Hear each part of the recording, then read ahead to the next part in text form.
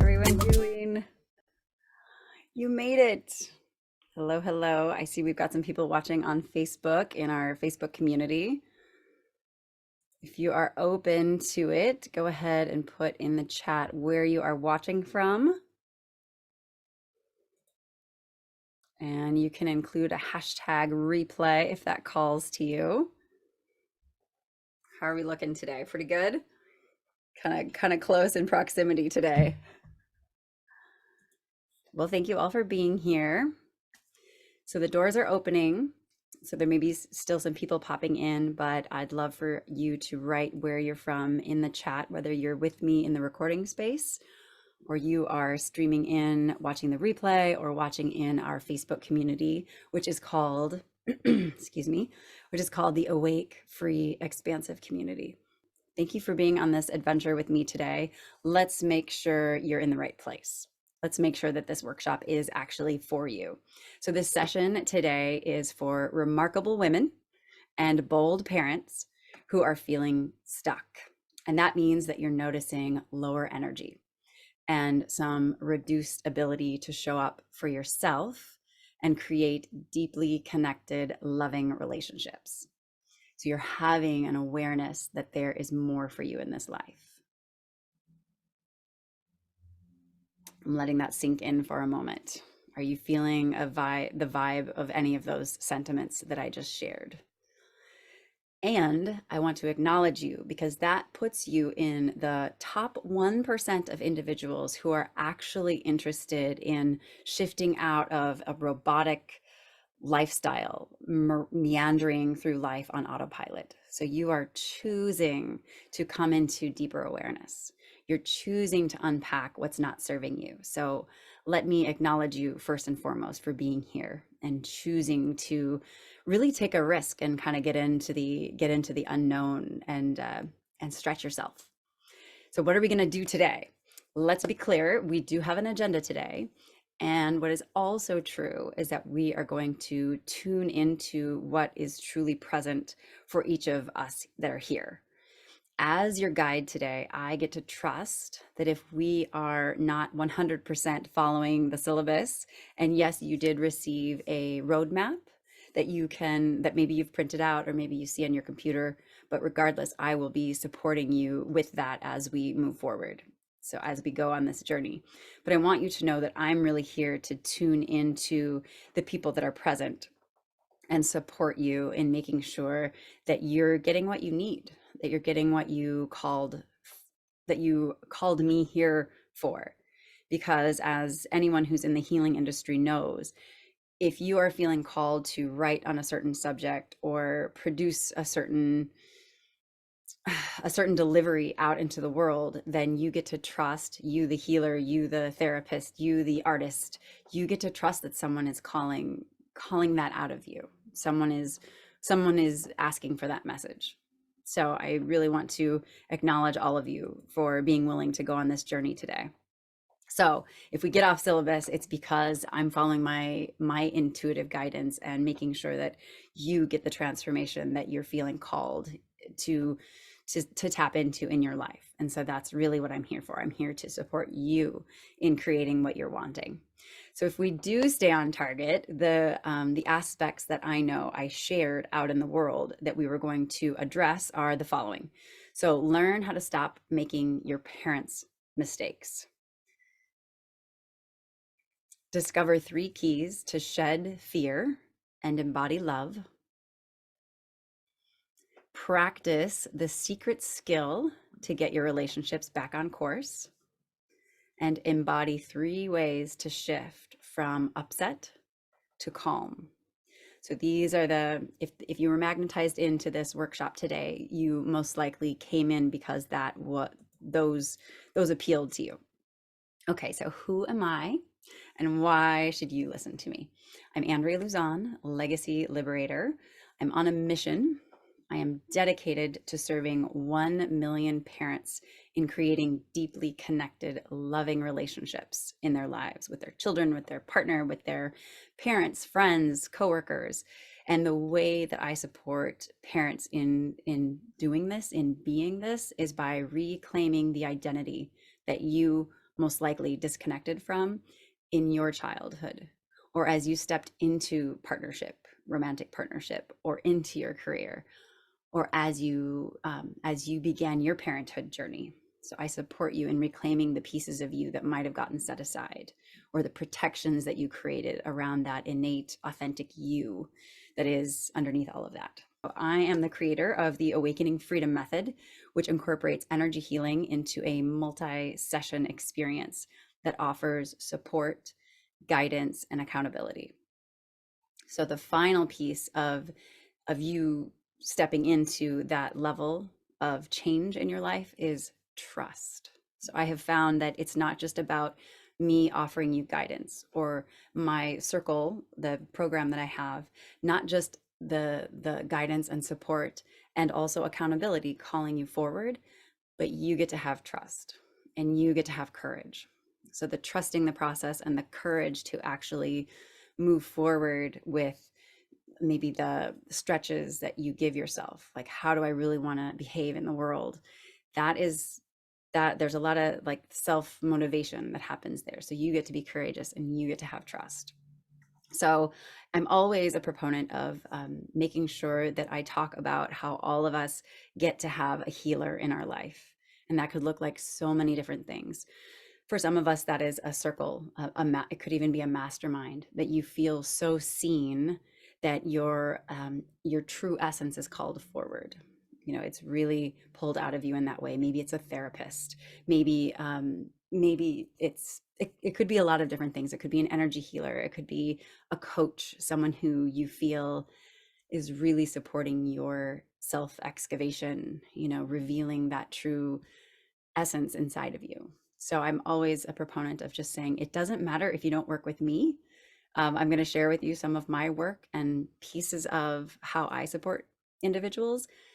At the same time, it's more important for me that you connect with someone or some group that you feel gets to help you unfold your journey in reconnecting with that authentic you inside.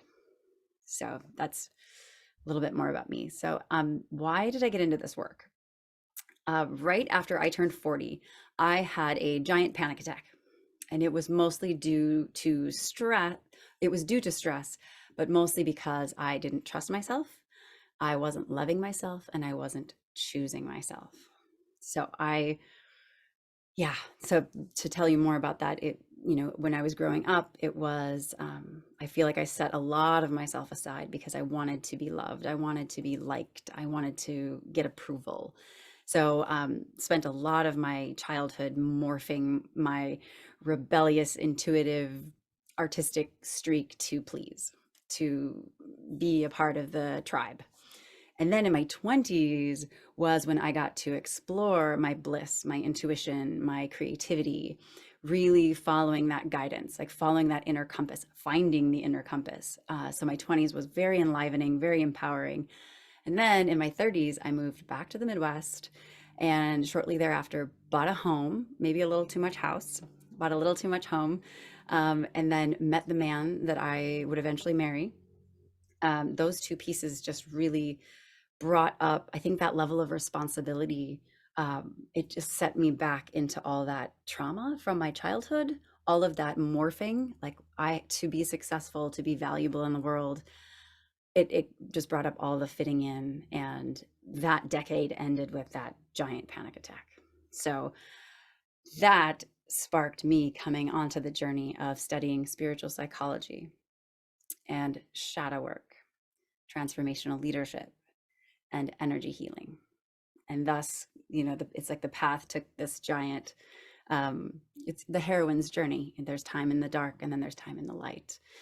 So I feel like I'm coming back home now. And that's why I'm standing for other parents and women who are not wanting to have that crisis moment, just to spark them coming home, to spark them remembering. So that is why I stand right in front of you now. So I really want that harsh reality to not have to happen for you. So I catalyze the path for remarkable women and bold parents by helping them claim their love legacy and awaken their freedom. A big part of my business is awakening freedom within. And I feel like when you are free, you are you can express yourself, and you're not constantly uh, worried about the other shoe dropping. You're not worried about abandonment. You're not worried about being left alone. So, moving forward, your love legacy. I haven't really touched on that in this session, but if you've followed any of my YouTube videos, Instagram videos, I feel as though your love legacy is already there inside of you, and it is the imprint that you are making on hearts and minds through your presence, your words, and your deeds. So, what imprint are you making on your own heart and mind? How are you talking to yourself? How do you be with yourself? And then that is the jumping off point from how you're imprinting out there. It's amazing how often, if you talk to someone, if we ran an experiment and had you go down, one of those meeting lines, like a dating line, and it was just looking at each other, and then each person giving each other feedback of what they think the other person is afraid of, or good at, or thinking. It's just amazing how accurate that can be. So your vibe, your vibration, your energetic imprint is already being felt everywhere. And if you're faking it, people still feel it, and they're not connecting with you as deeply because of how you're showing up, because of how you are here with yourself, because of how authentic you're being with yourself. So that is the question and the challenge. So I'm here to support you in no longer responding to life from your wounds, from your self-protection devices, but to be living your life from a place of your love legacy, your unique imprint, that life force, that flame, that diamond inside of you, whatever analogy you want to use. A lot of us have experienced Dr. Paul Fitzgerald's work. He's here in my hometown of Kansas City. And I love what he has said about how our life force is so bright, and it's very much our instigator when we're little, and we're reaching out for things, and grabbing things and touching things. And if we can put it in our mouth, extra points. We don't care how we look. We don't care what people think. And we try to walk and we fall down, and try to walk and we fall down, and rolling over. And then these moments start to happen where we're having a desire when we're itty bitty. Maybe we reach for a parent and they don't pick us up, or they're too busy, or they leave us at the babysitter's too long. It could be a multitude of things. And it's possible sometimes, when some of those expectations are not met, we begin to create a story which creates a blockage, or like a shield, like a protection.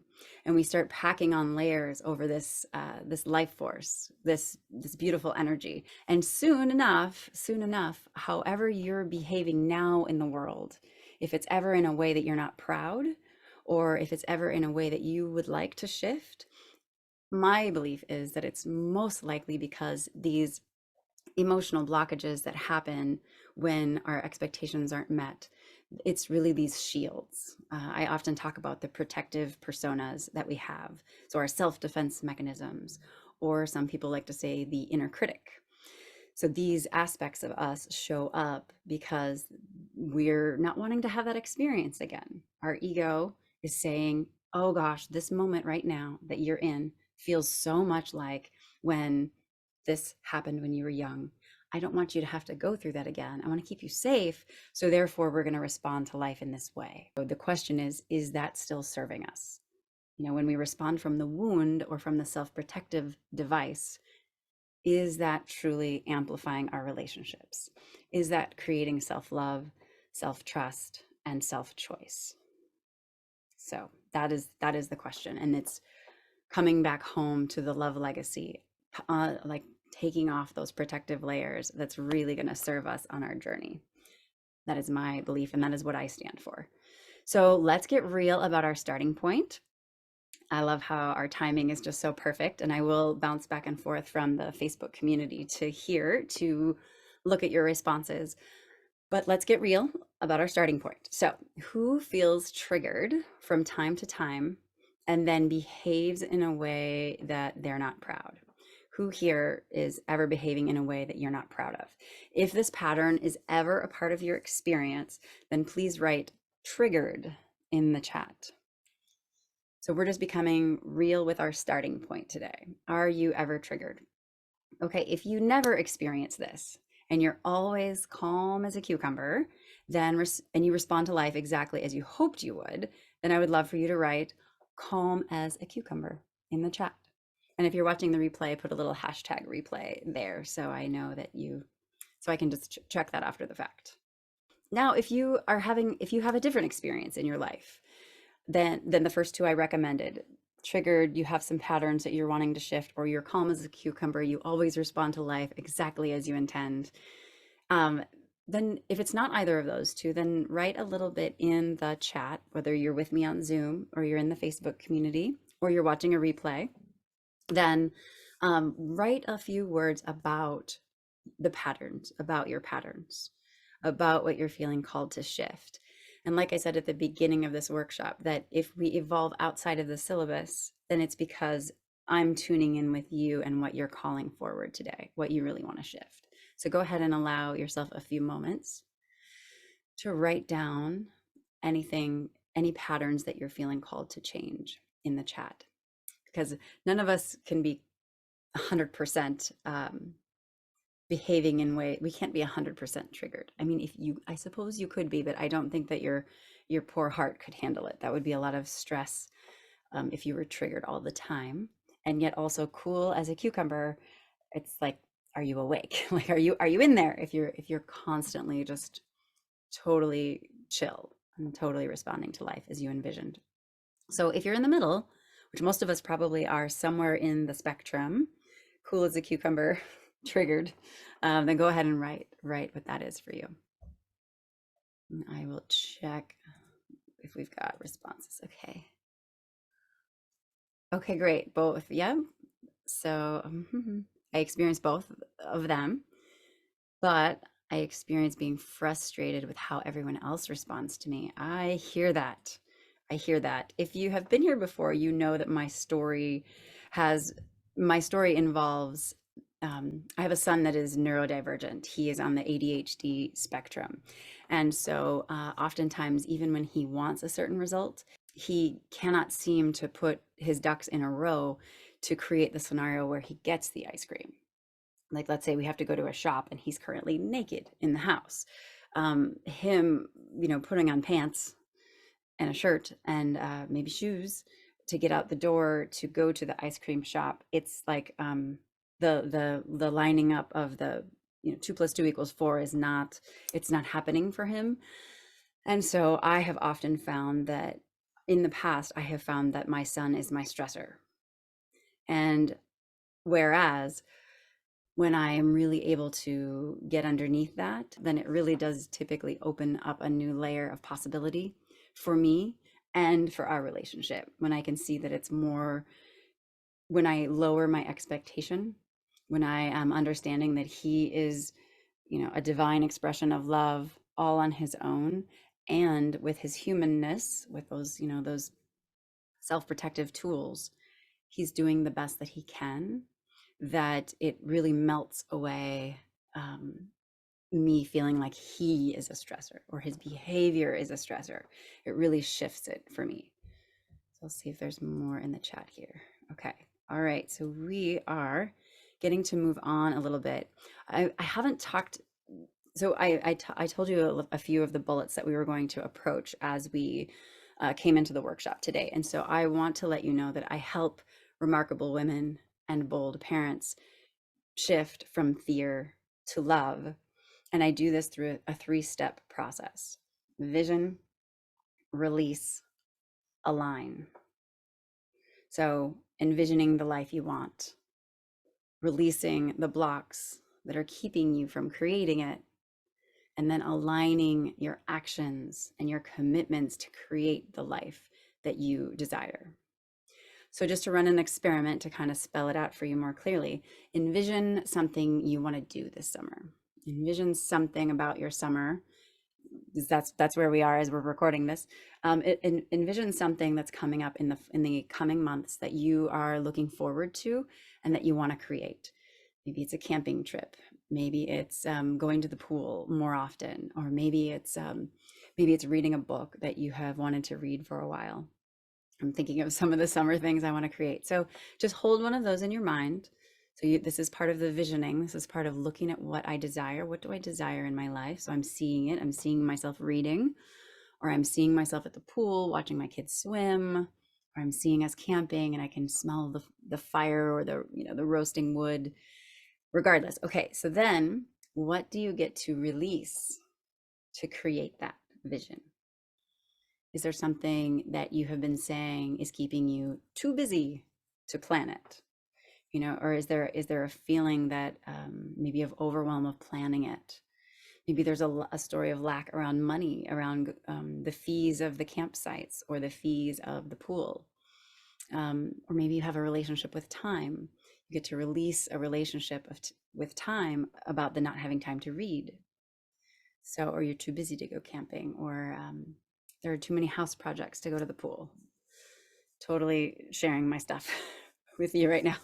Okay, so envisioning, what do I get to release? What could I release that would support me in creating this vision I have for my summer? What do I get to release?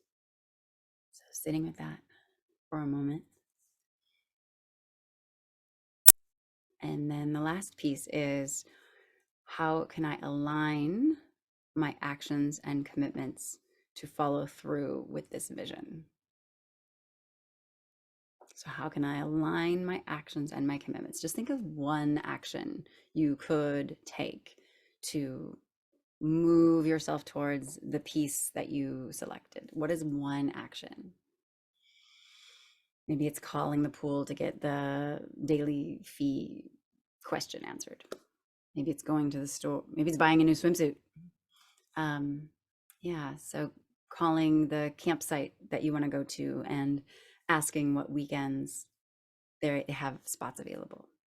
So when I explain it like this, I hope that it's really showing you one tiny example of just the coming months and how I could envision my desire, look at why I have not been creating it, and then looking at one tiny action step that I could embody, that I could move forward with to support me. Okay, so we are moving forward. So these 3 steps are shared with my clients through a program that is the Awakening Freedom Program, which is going to be, there will be smaller snippets that I will be sharing, but today, due to time, we're just going to practice one part of that program, one part of it, so that you get to dive into that. I would love to support you by asking a question, because we came here to talk a little bit about no longer making the mistakes of our parents. So I'd love for you to, if you don't already have a journal or a notebook, it would be great to find one. But I'd love to ask you a question, a series of questions, and I'd love for you to take a moment and think about your maternal figure in your life.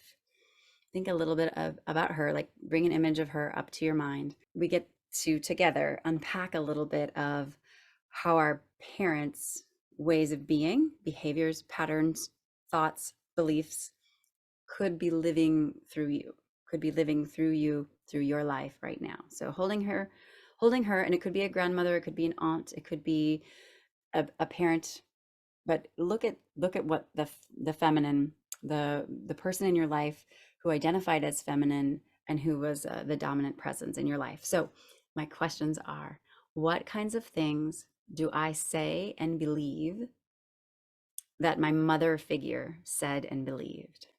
What kind of things do I say and believe that my mother figure said and believed?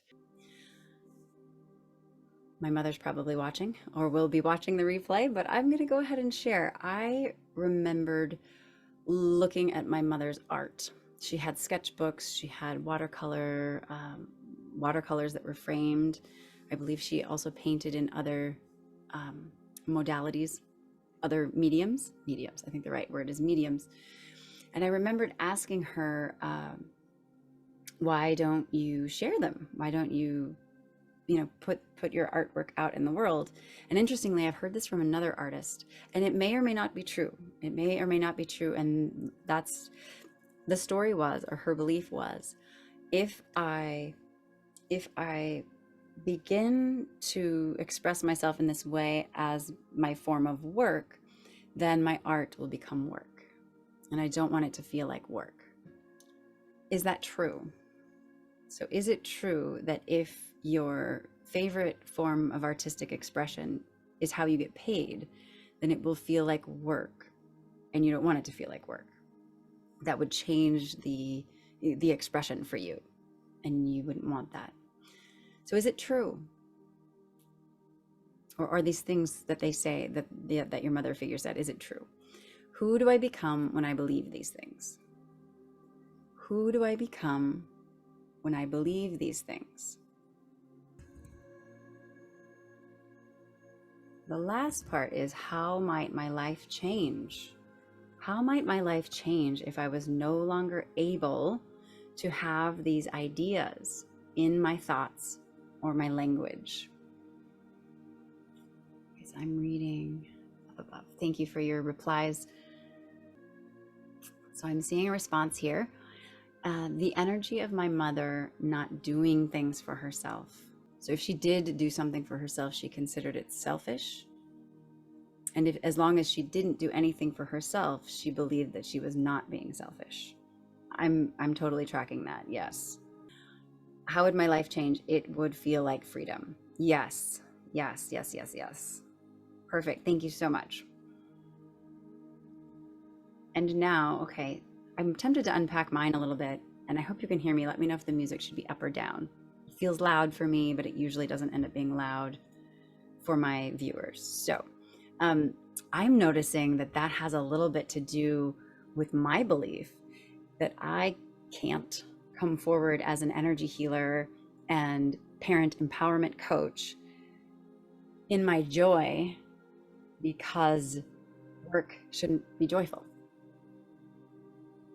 So interesting. So then I'm feeling like the block with that. And then what would my life look like without that thought, without that languaging? Like Brittany said, she's one of the people on here. So freedom. Yes, freedom to create, freedom to believe a much higher thought, like a divine thought, which is work should be joyful. Work gets to be joyful. Work gets to be fun. When you do something you love, it's an energy exchange. And so money should flow in when you are sharing your gifts, Okay. All right. We're moving forward. What kinds of things do I say and believe that my father figure said and believed? Go ahead and be with that for a moment. What kinds of things do I say and believe that my father figure said and believed? And he could still say them. It doesn't necessarily have to be past tense. And give us at least one example. Write down at least one, because we do have a limited amount of time here together, but think of one. Whatever's the first one that popped in that you're thinking, man, I say that or I think that, and that's totally something that my dad gave me, or that my uncle gave me, or that my grandpa gave me, or whoever that father or that patriarchal role was held by. So go ahead and allow yourself to write down that first thought that comes in. We get to trust that the first one that beams in is the one that is here for you today to show you something. Okay, so I'm seeing it's not logical, it's not an option. I think our dads should meet. If it's not logical, it's not an option. Is it true? Is what this father figure said true? Is it true that all of our options must be logical? I'm wanting to go down a whole rabbit hole with just that. But is it true, yay or nay? Okay. Who do I become when I believe that? Who do I become when I believe that if it's not logical, it's not an option? That every option in front of me, every option I take in my life, it has to be from the analyzer brain. It has to have an outcome that I've already seen proof of somewhere. So, is that true? And who do I become when I believe it? How might my life change if I was no longer able to have these ideas, my thoughts, and my language?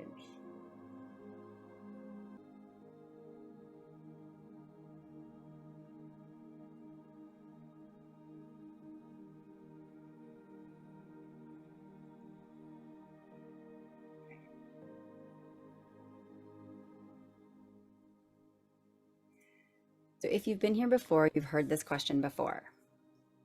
How have I been showing up in my life lately? How have I been showing up in my life lately? What kind of energy am I radiating outward toward my coworkers, friends, loves, neighbors? Allow yourself to get descriptive here.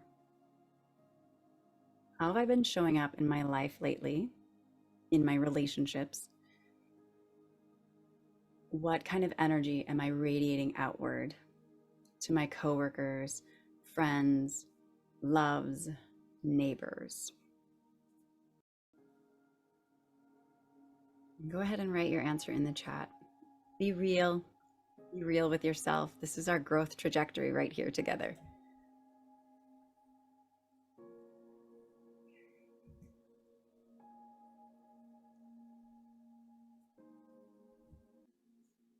So go ahead and allow yourself to process the next question. Write out how you've been showing up in your relationships lately. You know, what aspects are you proud of? What aspects are you not so proud of? Or really just truly pretending like you have an energy thermometer, and what kind of energy are you sharing with others? Is it buoyant? Is it compassionate? Is it judgmental? Is it what kind of energy are you sharing? How are you showing up? What is your way of being like in your relationships right now? So how are we showing up in our life, in our relationships right now? One of our participants wrote, timid to what I truly want because of the rejection I receive. So energetically showing up small, energetically showing up in, I don't deserve that. That's what I'm hearing. And who can identify with that? So you heard me talk when we started that about your love legacy. I'm going to share that with you again. If my love legacy is the energetic imprint I make on hearts and minds through my presence, my words, and my deeds, then on a scale of 1 to 10, 10 being the best, how would I rate my current imprint on myself? So we're speaking about you. If 1 is not great, like worst case scenario, how are you imprinting on your own heart and your own mind?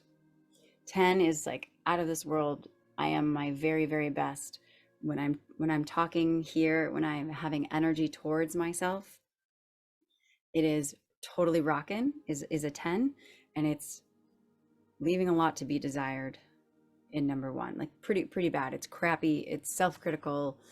5 is mediocre, being truthful. And then as we move up to 10, 10 is like, I am so, my love legacy, my imprint that I'm making on myself is exactly how I want it. It's out of this world amazing. So go ahead and give yourself a number, put a number 1 to 10 in your notebook, put a number 1 to 10 in the comments area, and let us know how you're showing up. How are you showing up? Okay, and now let's look at how you're being with others. On a scale of 1 to 10, how would I rate my current imprint on others' hearts and minds? 1 is crappy or no engagement. I'm isolated. I don't interact, or I'm imprinting in a negative, highly negative way. 5 is middle of the road, mediocre. And 10 is I'm rocking it. My energy is uplifting. I'm imprinting. I'm imprinting in a way where I can tell that people always, they really want to be around me. They feel better after we've been together. So 10 is the out of this world, the imprint you're making with others. So connecting with that, how are we being with others? I showed up yesterday telling my husband that as far as job searching, I'd love to work in garden and landscaping. And it got interesting. Okay, interesting. It could mean a lot of things. So a 5, feeling a 5 in regards to how we're imprinting with others. Totally hear that. Ah, and then the response was logic. Yes. And would you be in your bliss being surrounded by plants? It's really up to you. If I could wave a magic wand and create the ideal love legacy within myself, what would it look like? What kind of thoughts and beliefs would I imprint on my own heart and mind? So, not just a number, hopefully, you would say 10. What would a 10 look like of how you're imprinting you and yourself? Imagine that there's a cycle of energy that is refueling you in being the most amazing you could be. Tell me what that energy would be like. What would that internal love legacy feel like? What would it look like? What kind of thoughts and beliefs would I imprint on my mind and heart? What I'm looking at right now is what would it feel like to have you, what would you be filling your own bucket with? How would you be refueling what would your love legacy feel like for you? What kind of thoughts and beliefs would you like to imprint on your own heart and mind? Start over at the beginning of life. What would you teach yourself? What would you know in every cell of your being? And you would have known it from birth all the way to now. What is the love legacy that you feel calling to you, wanting to speak through you, wanting to speak to you? How would you speak to yourself? Looking into that.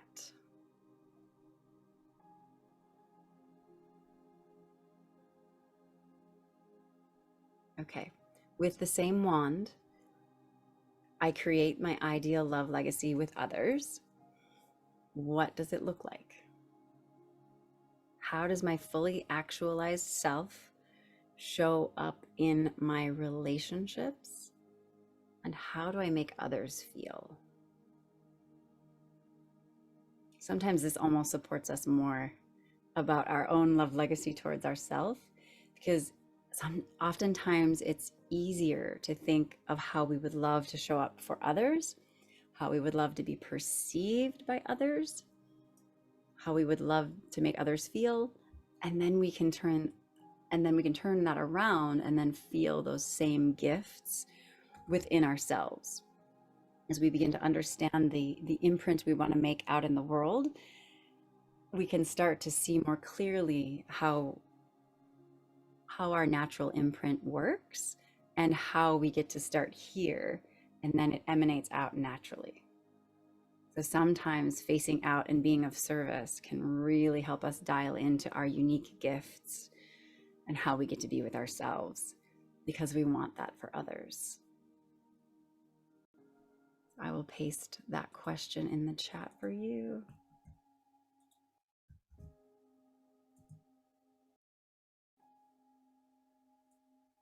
Wonderful.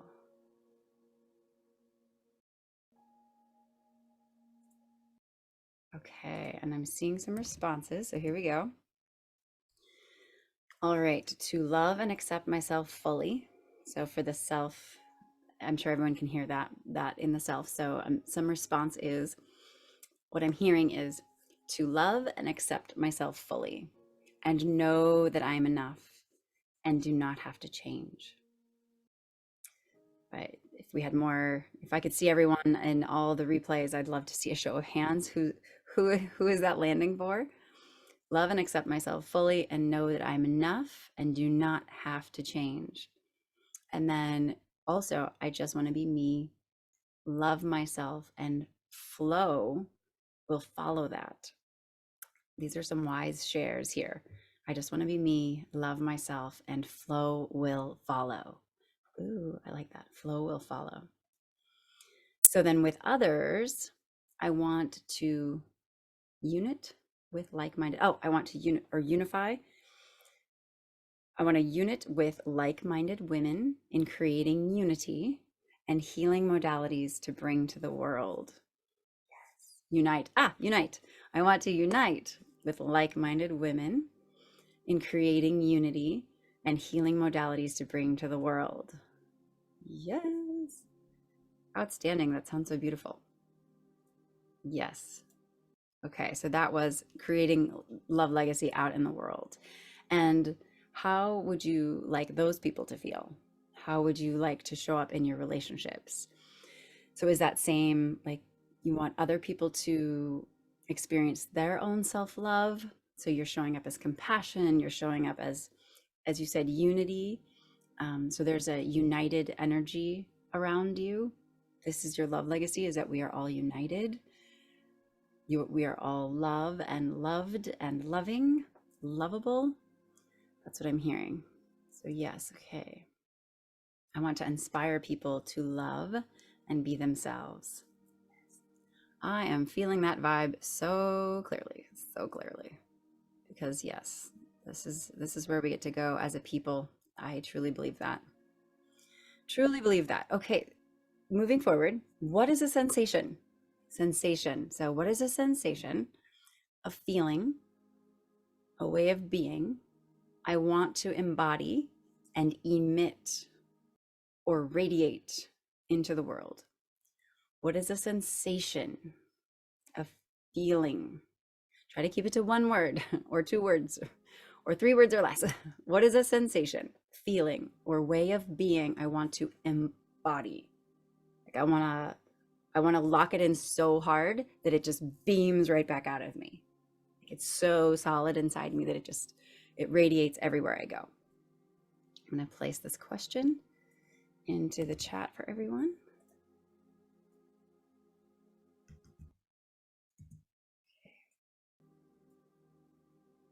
Beautiful. Okay. Ooh, inspiration. Okay. I love this. I love that we're all sharing and we're filling up the chat and really creating a safe space here of vulnerability and being seen. I want to fill the world. I want to fill the world with inspiration, love, and joy. So inspiration, love, and joy. This is what I want to emit and embody within. Ooh, yes. So inspiration, love, and joy. Maybe on one of your notebook pages, write those words really big. But that's what's speaking through you right now, is that I get to embody inspiration. And what does inspiration feel like? What does it look like? What is it? What is a way of being that can show people? What is a way of being that creates inspiration, that supports people in being with you, and then feeling inspired? Because you are so what? You're so what that they walk away feeling inspired. Move forward with that. Beautiful. Thank you, everyone. I'm loving this participation. This may be a homework question because as I'm looking at it, I'm feeling like, oh boy, this is a big one. If I could give a newborn child 3 truths to live by, what would they be? And maybe those 3 words that were just shared, maybe each of those gets to be like your homework, gets to be creating a statement about them so that there's an inspiring truth connected to inspiration, love, and joy, and that those get to be part of your teaching. Part of your embodiment on this planet is inspiration, love, joy. And if you could have those be truths that could inspire a child, what would they be? And so allow that to unfold. And yet I also don't want to get us stuck here. As I'm looking at that question, I'm like, oh, that's kind of big, kind of a big question. So I want to let you know that the answers to our first few questions were a reality check. So we started out our session together with just, where am I now? How have I been showing up? And then the last few questions are really meant to show you what you are capable of with yourself, in the world, in your relationships. So we get to crack open our hearts and see that life force and see the potential. So this is what you are capable of experiencing in your life and your relationships. And this is how we begin to reclaim our identity. We get to reclaim your true love legacy. And we get to claim and reignite your desires, your authentic desires. So how can we stop acting in ways that we're not proud? How can we shift out of these patterns that maybe it's only something that happened once, and then it's, oh no, how did I show up that way? More oftentimes it is some consistent behaviors that are not serving us, not serving our relationships. And in a way, to be really big picture, of course it's serving you. Of course it's serving you, because it's serving where you get to go. It's serving who you're becoming, and not just becoming. I don't even like the word becoming. It's serving who you are revealing. Like, we keep having these patterns come up because it's part of our journey, and we're going to wake up to the lesson, the gift in the pattern, the pearl in the irritating sand. We're going to wake up to it when we're meant to, or when we're ready to, crack open and let some of the light in. It's unfolding. So it's all unfolding. But when are we going to stop acting in ways that we're not proud? So fear makes us react from the lizard brain. Maybe you've heard that phrase before. But your fight, flight, freeze, appease comes out when our body is remembering pain, typically pain, threat, pain or threat. And really, it's this fear response where our body is ignited.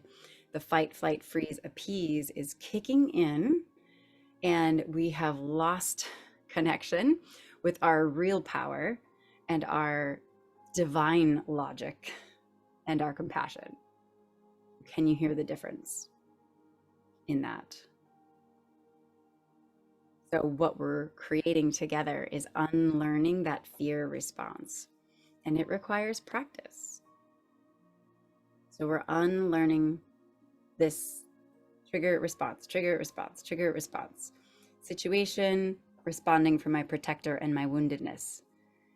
Situation, responding from my protector and my woundedness, versus situation, connecting with my loving essence, understanding this person is loving me their best, walking my own path, they're walking their own path, and then we begin to flourish, or we take a step towards flourishing. And because you were the change agent, you were the one who stopped responding from, and I don't want to, lizard brain, responding from your protector was responding instead of the life force that is true to you responding. So this is a little bit of where we're going in regards to shifting from fear to love. We get to practice. We get to practice releasing the pain in the body, the fear in the body, the trigger response, by going and addressing that pain. And deeper clearing work is available by working with a guide. And I know I started our workshop today talking to you about that, and talking to you about how we can sorry, I'm turning off the music. But talking about how we can unlock from that, and each of us gets to find a group, whether it's group work or therapy or coach or a mastermind, but a place where you get to go and heal those those stuck places. So that gets to work for you.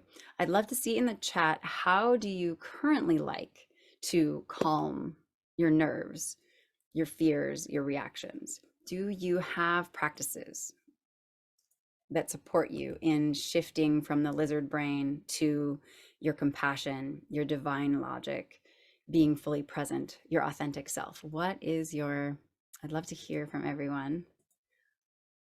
What is your current favorite modality or practice or habit that gets you out of the fear state and into love, into your loving? What do you like to practice?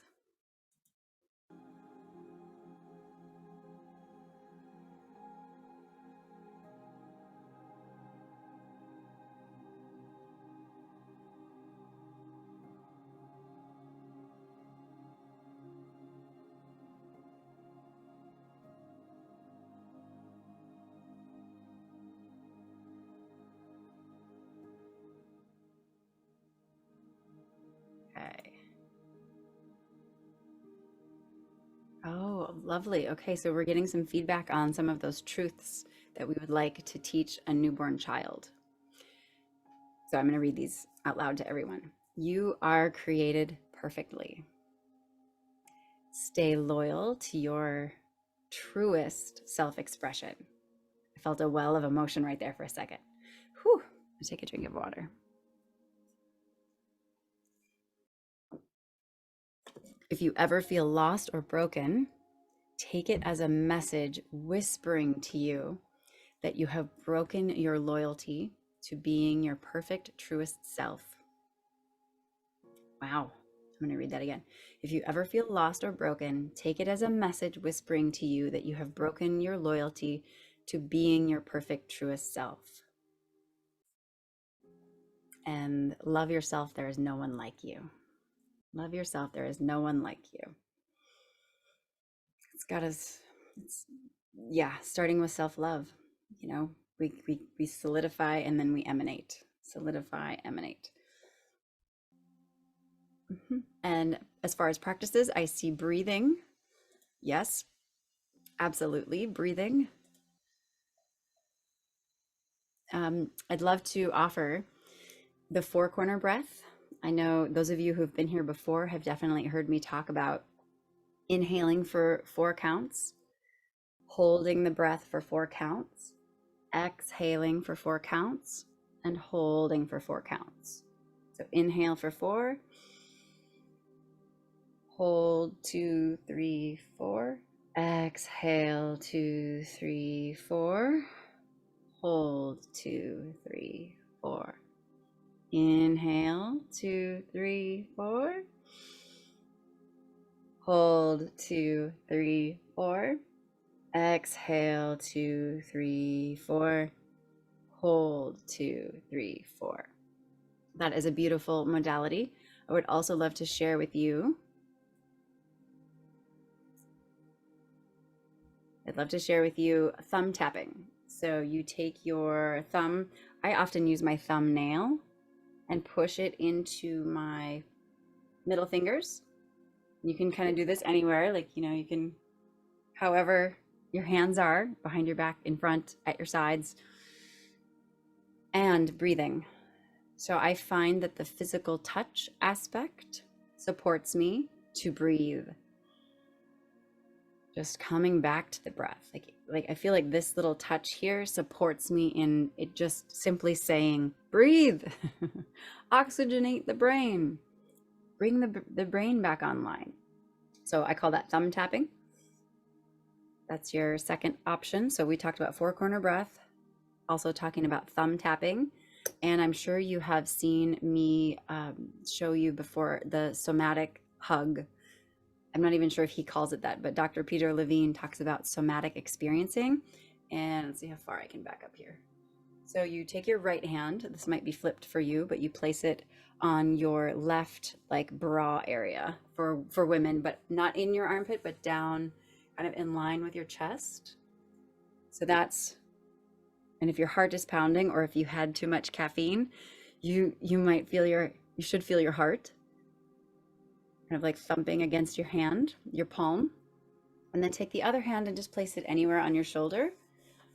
And if you're able to, if you're not driving, or if you're not otherwise incapacitated, it's fun to lower your gaze or close your eyes and also focus on the breath.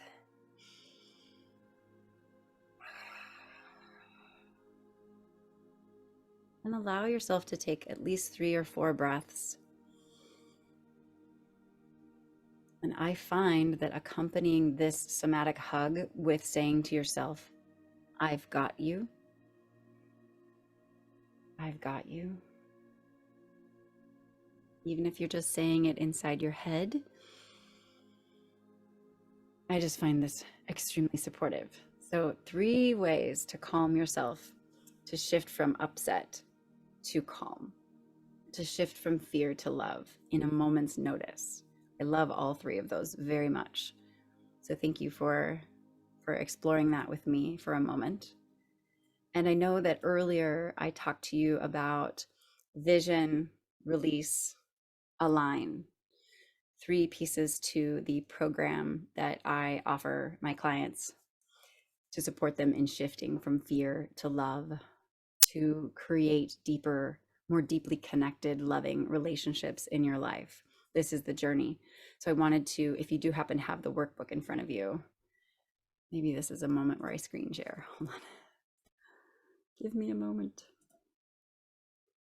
Let's go like this. Ah, perfect. Okay. So this is the Get Out of Your Own Way roadmap that you received by email. And I'm zooming in right now with the piece that we are looking at right now. So 3 keys to shedding fear and embodying love, and shedding fear and embodying love. So earlier I said vision, release, align, but I also really love access, address, align, access, address, align. So you'll see here, that spot is access. So access my vision. So if you happen to have the workbook and you are a little like completion energy person like myself, the word there for number 11, A, is access my vision. And this is really about, I see my ideal future coming to life and I spend time feeling it. So I take time, I give myself time to feel my ideal future. So this is the access, ACCESS, access my vision. The next piece, address and release. Address and release my limiting patterns.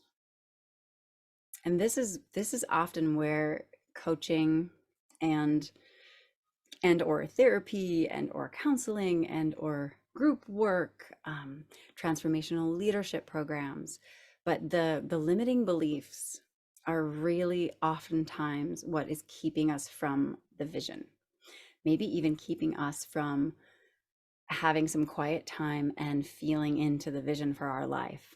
Oftentimes it is those self-limiting tapes. So B is address and release my limiting patterns. And then C right here, we have align. So ALIGN, align my actions and commitments. So how do we align our actions and commitments? This is not just visioning. This is not just deep excavation work. This is also about being in action. This is about being in action in your life and taking, even if it's the tiniest step. Like we talked about, using that example. So accessing your vision would be, what is one piece of my summer that I want to have happen? What is something that I want to create this summer? So envisioning that. And then what do I need to let go of to create that space in my summer, to create that ideal scene of my life, to create that outcome? What do I get to let go of? What story am I hanging on to that's keeping me from that outcome? And then lastly, how do I align my actions and commitments? What is one tiny step I could take to create this experience I want to have this summer. So that is your tangible example for these keys of how we shift from fear to love. And then lastly, I have shared with you the awakening freedom method that I teach. It gives you all three of these steps to support you in embodying love and reclaiming that knowledge. And I speak on these three pillars: I am whole, I am worthy, and I am wise. I am whole, I am worthy, I am divinely wise. So I really feel that those tenets are such a beautiful launching. If we can always be reminding ourselves that you are not broken, you are whole. You are not undeserving, you are worthy. You are not unworthy of trust. You do not mistrust. You are intuitive. You are the living, breathing example of divine wisdom. So shifting from these stories, broken, unworthy, uh, distrusting, switching from those and then shining the light onto wholeness, worthiness, divine wisdom. These are very important truths that I support my clients in grounding into. So there we go. So that supports us with that piece. We talked a bit as we were warming up for this program, I was sharing with you what is the secret method to showing up as love in your relationships. How do we get our relationships back on track?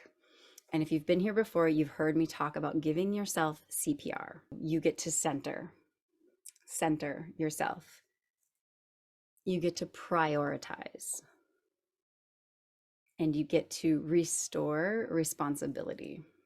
You get to center, prioritize, and restore responsibility. So I've already keyed you into the centering part. The centering part is, what is your calming method? How do I get my brain back online? How do I get my life force to be communicated through my blocks in this moment? So the centering is, like I had said earlier, four-corner breath, the thumb tapping. Maybe maybe you've practiced EFT before. Maybe you have a favorite yoga pose, maybe just simply standing in the tree pose. It helps you ground back into your authenticity, reconnecting with your life force, getting your brain back online, not just your analyzing brain, but your divine brain, bringing that all back online.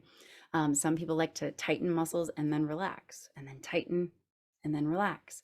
And that aliveness in that moment can bring that authenticity through the stressor, through the trigger, through this moment where you're out of alignment.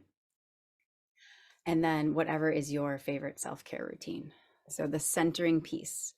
And I'm going in the direction of, like, what is the key? What is the key that's going to bring your relationships back online? All of these are pivotal, and I will be giving you a special tool to really support you in reclaiming the love in your relationships. Moving forward. So prioritize. The second step of CPR is called prioritize. And this is you prioritizing the relationship. You're going to prioritize the relationship by getting curious and acknowledging them. So when we get curious, we take an interest in their perspective, we take an interest in their challenges, and we take an interest in their desires. Let's say you're in conflict, or you're experiencing someone in a way that you don't like. Like, I'm experiencing this person as negative, or I'm experiencing this person as judging me, or I'm experiencing this person as not caring or abandoning me. We've brought all of you is back online now. So we've done step one, we have centered. Can I see this from where they're sitting? One of our participants spoke about, I want to get a job taking care of plants, but my husband said I should be a banker. I can see how that would bring up a trigger. I can see how that would bring up defensiveness, or make us want to run away, or make us disconnect, or make us appease and say, okay, honey, I will. I can see, yes, of course that can happen. And also, if we're following these steps of centering ourselves and then prioritizing, How am I showing up in the relationship? And what is his or this person, my love, the other person in the scenario, how are they experiencing this topic or this situation? So getting curious, we're getting curious. We're looking at their perspective, we're looking at their challenge. Maybe they're under stress in some way in their life. So they're showing up this way with me right now, or something from our past is bubbling up to the surface. So getting curious and then acknowledging. So acknowledging the person by sharing, by showing that you're listening. And what I mean by that is, honey, I hear you saying XYZ. I hear you saying XYZ. Is that right? So I hear you saying that you feel it would be more logical for me to go work at a bank. Is that right?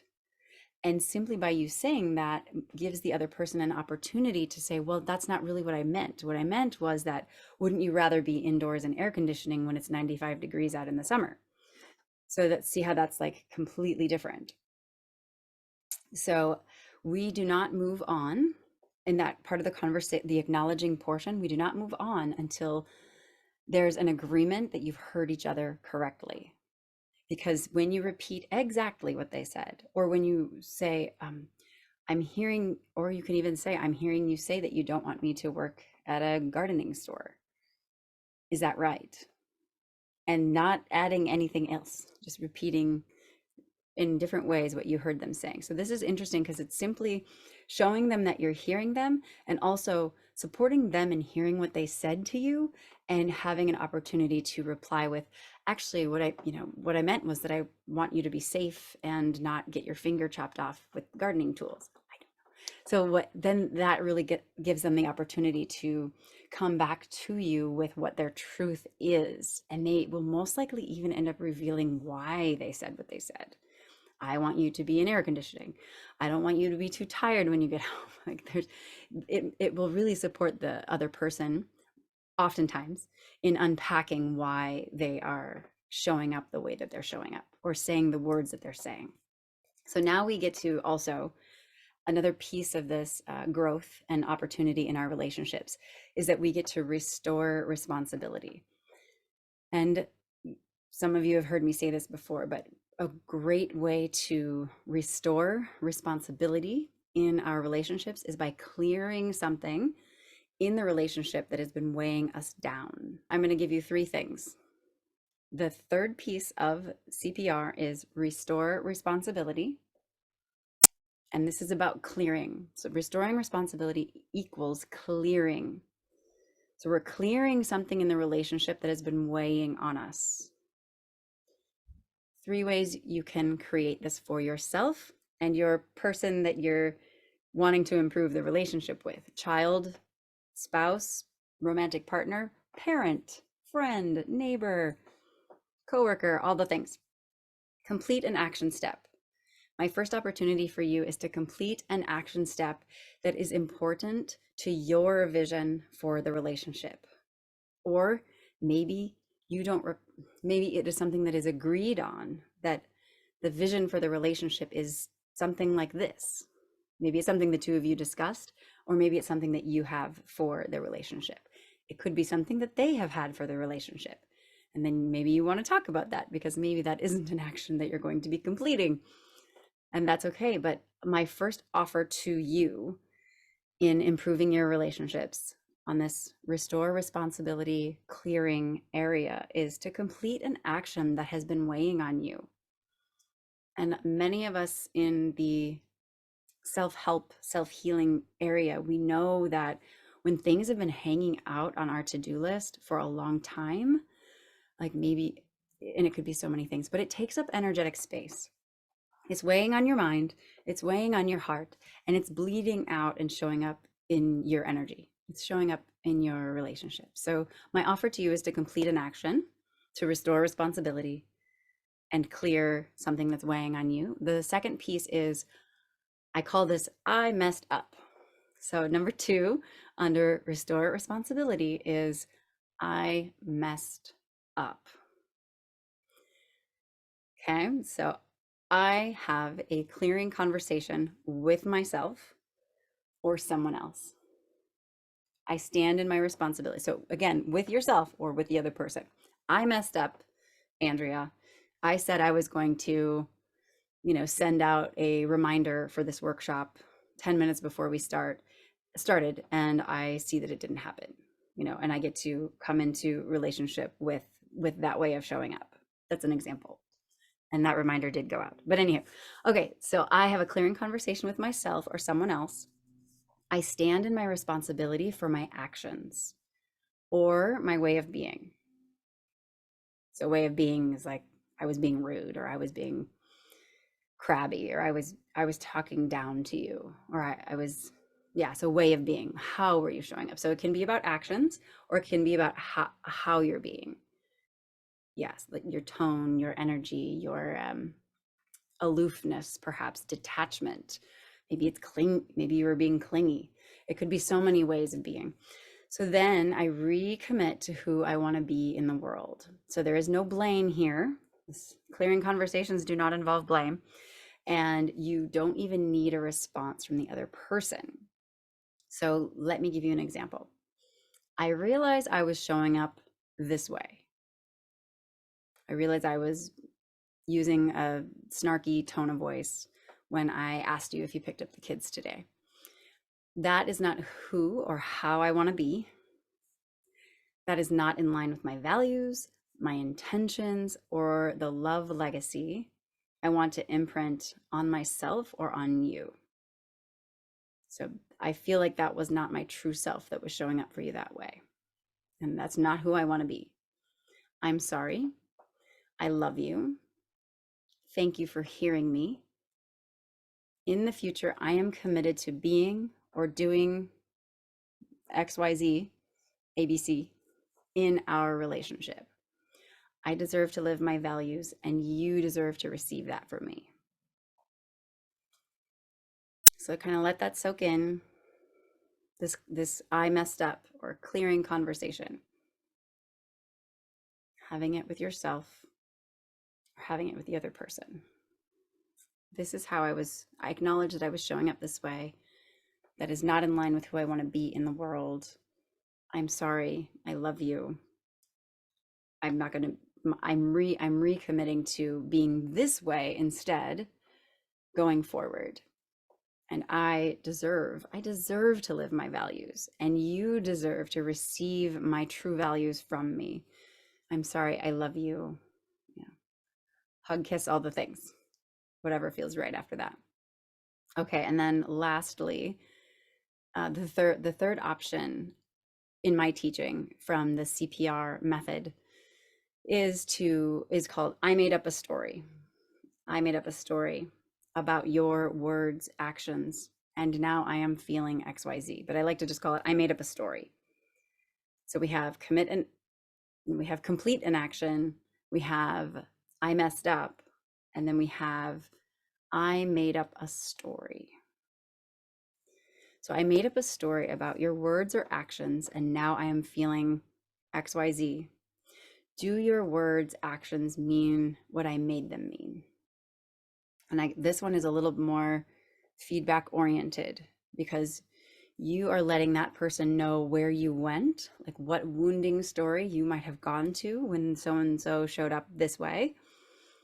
You're letting them know where you went and the feelings that you're creating about the interaction that you've had, and then you're asking for clarification. I know I'm probably making this up, but you know, are you needing space from me? Are you wanting some distance in our friendship? Are you needing some alone time? I took your actions, I made up a story, and I'm wondering what you need from me, or I'm wondering if it means what I think, what the story I'm making up.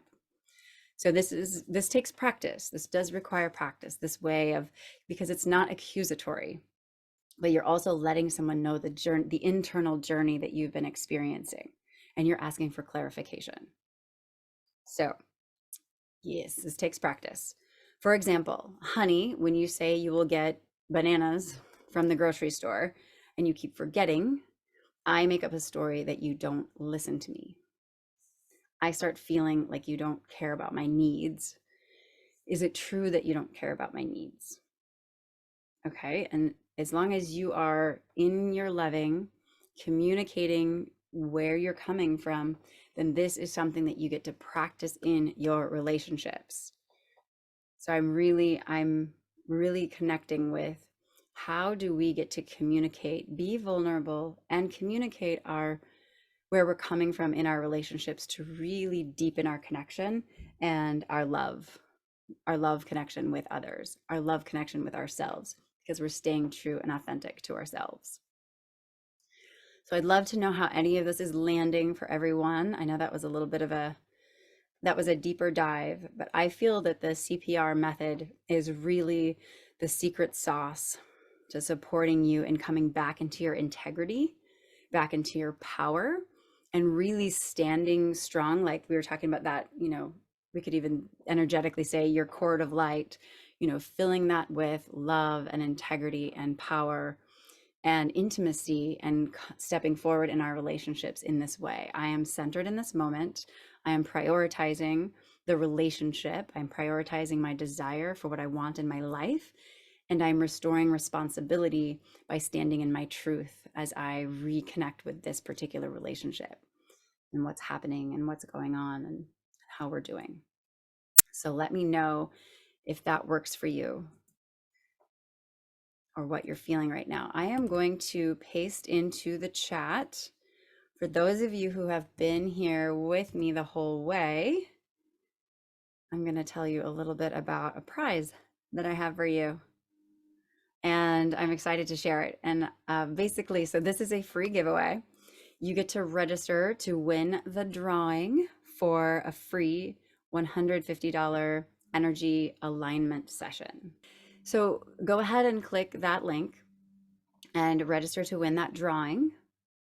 And I'm going to tell you a little bit about what the gift is while you click around. Okay, so here we go. So you're winning you're registering to win a drawing for a free $150 energy alignment session. Yes, this is a remote energy healing session where you are in your home and I'm in my office. This session brings you into a flow state. It is similar to how you feel when you are in between waking and sleeping or when you're meditating. So it's going to bring you into the flow state. And I, as your practitioner in this scenario, I get to be your antenna. So I'm connecting with your energetic frequencies and I'm helping you clear what's not working, come to neutral, and then catalyze your energy in the direction that you and the universe, spirit, God have agreed that you are going in, the direction in which you're going. So it's clear, neutral, neutralize, catalyze. That is the session. And after your time in the frequencies, we will integrate your session through conversation over the phone and or another option that might be more suited to you. So it's 30 minutes in the frequency and then 20 to 30 minutes of integrating through conversation. So that is my giveaway today, the gift I want to leave you with so that you can experience some of that energetic work and also experience these ways of transforming your relationships. So here we are. We are getting towards the end of our time together. Again, my name is Andrea Luzon, your love legacy liberator. That is really what I stand for, is that you don't have to have a giant breakdown to begin the homecoming journey, coming home to your authentic essence, to the person that you really are, to the giant diamond inside of you. There are so many beautiful analogies that I really truly believe that many of us we're feeling separate from that deep connection that is authentic to us. And thus we are responding to life from a wounded place.